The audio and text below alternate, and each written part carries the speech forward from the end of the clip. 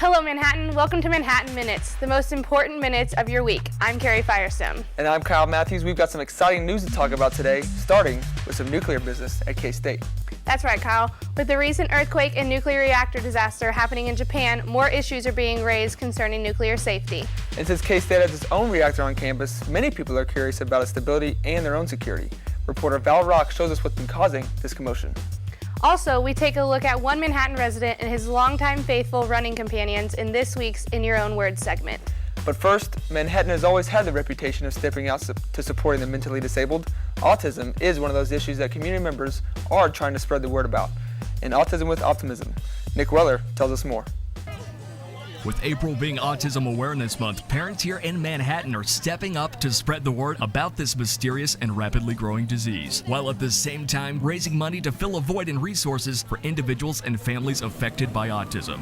We're primarily getting involved in raising funds to hopefully start a center for our children with autism so they can reach their full potential that they're able to do, lead a happy, full, fulfilling life.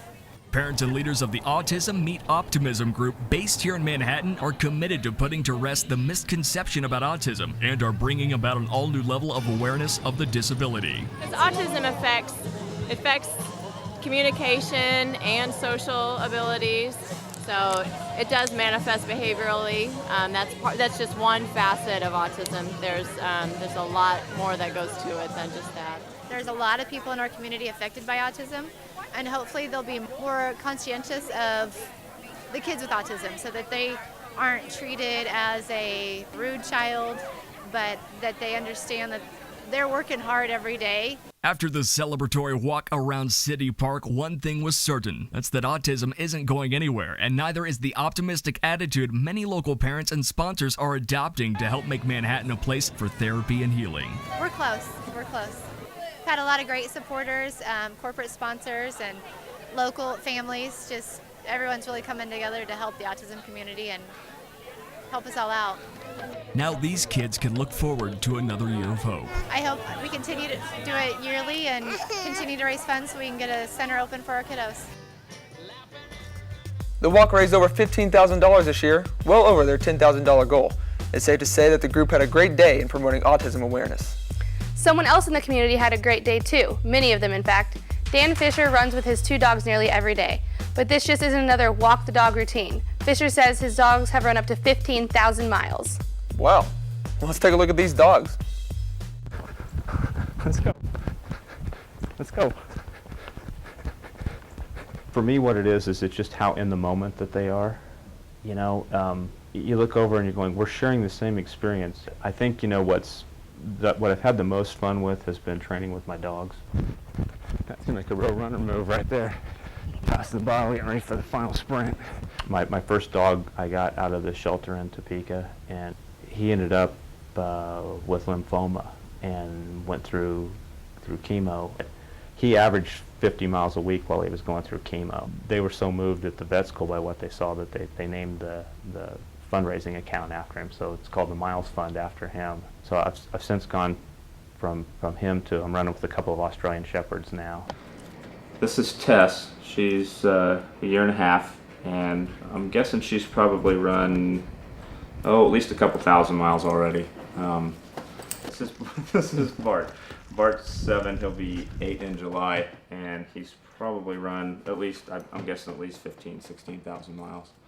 It's just the raw honesty that you get out of them. I mean, they're out there just, you know, to have a good time, and they're in the moment. And for a lot of people, I would say that if you're trying to find motivation, that's a great way, because, you know, you get up in the morning and you're thinking, well, maybe I want to run today, maybe I don't, and the dog's looking at you saying, we need to go for a run.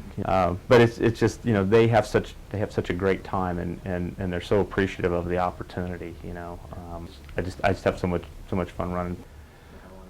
I hope I'm still going until I die. I don't see any reason to quit. It changes what you do, and you have to adapt and evolve as you get older, but there's no reason why we can't be out there doing it. Man, I sure haven't run that much in my life, but it might be pretty cool to have some dogs that could. Anyways, our last story relates to the recent nuclear reactor explosion in Japan. Buzz has stirred around K-State's own nuclear reactor. Some are concerned with its stability and security, but our own Val Rock helps clear up some of the worry. The whole world is on the edge of their seats to hear the latest news about Japan and the possible nuclear disaster it faces. As many people know, K-State houses its own research reactor next to Ward Hall, which has some members of the community worried about their safety. Nuclear reactor manager Jeffrey Guther explains that the reactor poses no threat to K-State or the Manhattan community. Well, it's not dangerous. It's actually very safe. We have a well-documented safety analysis report showing that the worst-case scenario for accidents that can happen here would be nothing beyond which we could protect the public. The trigger reactor is not used for creating an energy supply, but instead serves primarily as a research facility, ranking among the nation's top university reactors. The K-State Trigger Mark II research reactor has been here for almost 50 years and can produce up to 500 kilowatts of power. Since there is little to no risk involved with the reactor here, Guther and his staff of 8 undergraduates are continuing with work as usual. I'd feel safer working here than probably any other lab at K-State. For Manhattan Matters, I'm Val Rock. If you would like to know more about the reactor on campus, you can check out one of the weekly guided tours in Ward Hall. And that about does it for Manhattan Minutes this week. For more Manhattan news content, flip your television sets to cable channel 8 throughout the week. And check out our Facebook page for more news as well.